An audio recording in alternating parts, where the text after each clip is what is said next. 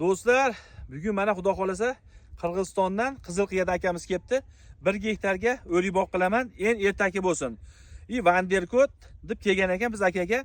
Mikado degan sortimiz bor. 25-aprelda pishirgan o'rigimiz do'stlar. Xudo xolasa akaga tushuntirib o'tyapmiz.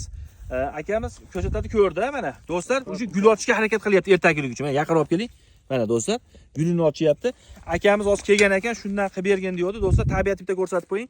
Do'stlar, shu joyga o'rik qilganmiz, endi akamizni ko'rsatib o'tyapmiz. Mana o'rikni bitta ko'chirib ko'rsatamiz akaga. Bismillahirrohmanirrohim. Do'stlar, mana o'rik. Tomiri qanaqa bo'lar ekan deyapti. Do'stlar, mana.